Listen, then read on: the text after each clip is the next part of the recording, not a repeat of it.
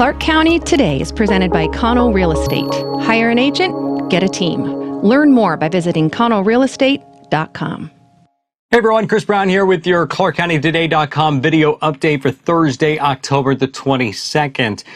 Well, Clark County added an additional 47 COVID-19 cases to the total since yesterday, bringing us to 4,377. The county says there are 171 active cases, the highest since they began tracking that statistic. An active case is considered someone who is still within 10 days of either symptom onset or, if they have no symptoms, a positive test. As of today, there are 34 people in Clark County hospitals, 23 of those with confirmed cases and the rest awaiting test results. One business already struggling from the pandemic suffered a serious financial setback. Its neighboring business wanted to help. In just a few days, the Battleground community rose to the occasion. Here's Paul Valencia with more on this heartwarming story. Five Star Tattoo and Las Mesitas restaurant in Battleground share a wall. Well, now the neighboring businesses share a lot more than that. They share a common bond. When the restaurant suffered a financial setback recently, Five Star went to work on a fundraiser, selling t-shirts, giving all the proceeds to the restaurant.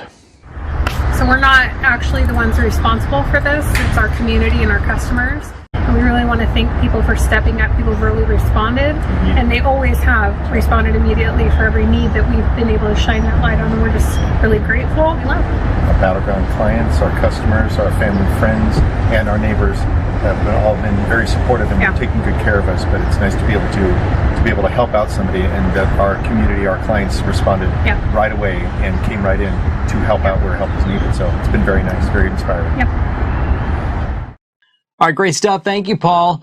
Facing questions over how minority students are disciplined, the Vancouver Public Schools Board of Directors has unanimously approved a resolution condemning racism and pledging to work towards racial equality in teaching, hiring practices, and district policies. The plan, which included the recent addition of an equity and inclusion director, will also establish an equity work group and perform annual equity audits. A review last year found the district had been disciplining minority students at a higher rate than white students, and that black students were likely to face longer suspensions for similar offenses. The district next plans to meet with students, families, and teachers as part of the process, along with conducting culture and climate surveys. An all-outdoor preschool in Washington that stays open through the fall and winter might sound crazy, but it is happening right now. St. Andrew's Preschool in East Vancouver is trying out the method to stay open and keep children safe during this pandemic. Jacob Graneman has more. St. Andrew's Preschool in East Vancouver has found a creative way to continue to bless and serve the families in their area. The preschool was already operating partially outdoors. Now, they've made the switch to entirely outdoor education. Through the use of tents, outdoor sinks, winter clothes, and creative activities that work outdoors, the preschool and its childhood educators are making a go at something they think just might work. I think our biggest highlight is really being able to offer a high-quality preschool for kiddos during this time that we hope is really balancing that high-quality early education with reduced virus transmission. And it's been really nice to be able to see them be able to spend some time with peers, to be able to learn some of those foundational skills that we know are so important for school and life success. So to be able to be a part of that for kids, I know has felt really rewarding for all of the staff. We are a Nature Explorer certified preschool, so we've always really valued nature education, and in our 3-hour classrooms have always spent at least 45 minutes outdoors. So this is an extension of that, but certainly there are some challenges and some unique strengths that go with that as well. So some of the things that we've implemented are, of course, tents and other outdoor structures, thinking through heating units, ways to help kids keep warm in the cold weather, ways to kind of use or embrace the weather in the children's curriculum, right? So say watching what raindrops do to paint to make art, or jumping in puddles and measuring how big is the splash. So different ways to kind of bring what we've done inside outdoors. We've thought about curriculum in a different way, thought about child development in a different way that we may not have had we not kind of been forced in some ways into the situation. So we've tried to see that as a real kind of growing and positive opportunity for us as well. Not in our mouths. All right, thanks for that report, Jacob. Hey, big news in the local scuba scene. The Clark County Dive Rescue Team is joining Clark County Sheriff's Office Search and Rescue. The boards of both organizations have been working together to finalize the transition. Now, under this new arrangement, the 29-year-old nonprofit diver group will become the dive team for search and rescue, adding to the already lengthy list of capabilities the unit has, including rope teams, canine teams, off-road, and medical rescues. Now, the move is aimed at more closely aligning the agencies and streamlining operations, training, and response to incidents.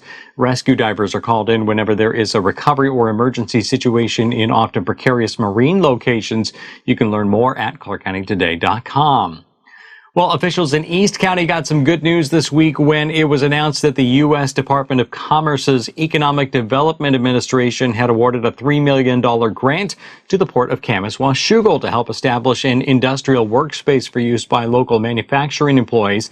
The grant, targeted to a Tax Cuts and Jobs Act opportunity zone, will be matched with $2.5 million in local funds and $1.4 million in state funds, and it is expected to create 130 jobs and spur more than $10 million in private investment. The port gave credit to Congresswoman Jamie Herrera Butler for helping to secure the grant funding, including a 2019 letter to the EDA pointing out that the Port of Camas-Washougal has maintained a 100% capacity for nearly 350,000 square feet of existing industrial space. So new space is greatly needed and will help the port's infrastructure.